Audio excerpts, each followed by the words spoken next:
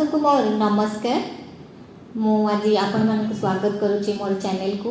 आज गोटे छोटिया और सुंदर कहानी आपण मानक सामने उपस्थापना करें। विश्वास आउ आस्था। जड़े व्याध माने शबर बणरे एक मृग को मारी कांधरे पकई नहीं जाऊथि। बाटरे जाऊ जाऊ तांको बहुत जोर से शोष लगिला आउ थक्का भी लगिला। से थकी गले तेणु गोटे गछ छाईरे बसीगले। सेही गछ उपरे काहा पंजुरी बाहरी आसीथिबा गोटे पोषा शुआ आसी बसीथिला। एतिकी बेले कौन हैला ना गोटे साप आसी व्याधटी को मीन से जो शबरटी को कामुड़ी देला।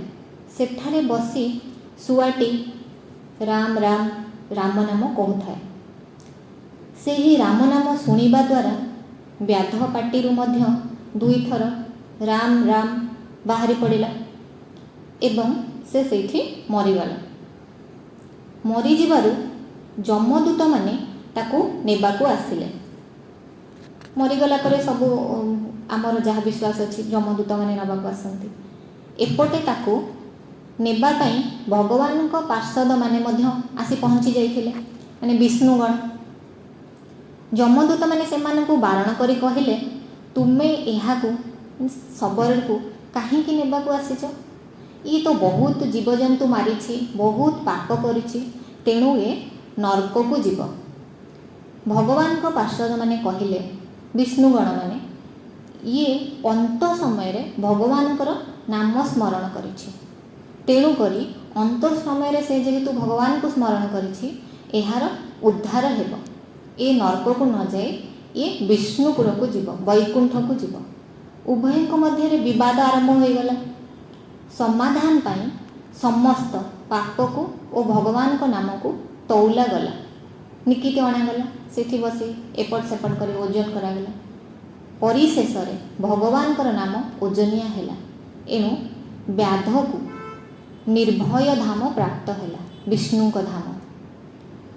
कहिबार यथार्थता भगवान को नाम रे अनंत और अपार शक्ति निहित। ताहा सम्मुख रे समस्त पाप किछि नुहे।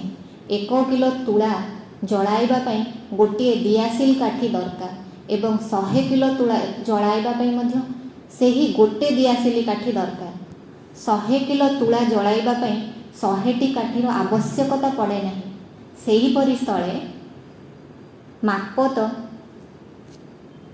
तौल करा जाए नहीं जे जेते तुला सेही अनुपात रे अग्नि मध्य दरकार। सेही परि पाप केते और भगवान को नाम केते एपरि गणा जाए नहीं। घरे किटिकिटिया अंधार होइथिले मध्य गोटे दीप प्रज्वलित करिबा मात्रे सबु अंधकार दूरीभूत हो जाए। संसार क्षणभंगुर निश्चर अस्थायी और नष्टशील होइथिबा स्थले भगवानंकर नाम महिमा ओ प्रभाव सदा सर्वदा विद्यमान रहे। सेही विद्यमानता सम्मुख रे एही अविद्यमान संसार शक्तिहीन शरीर इंद्रिय प्रभृति सबुकिछि परिवर्तनशील और नाशवान एवं भगवान स्वयं अविनाशी और अपरिवर्तनशील। एई दुईटी विषयर यथार्थ ज्ञान लाभ करिबा और आज कहानीटी को एठी शेष करिबा। आशा करुछि आपण मानकु मोर एई कहानीटी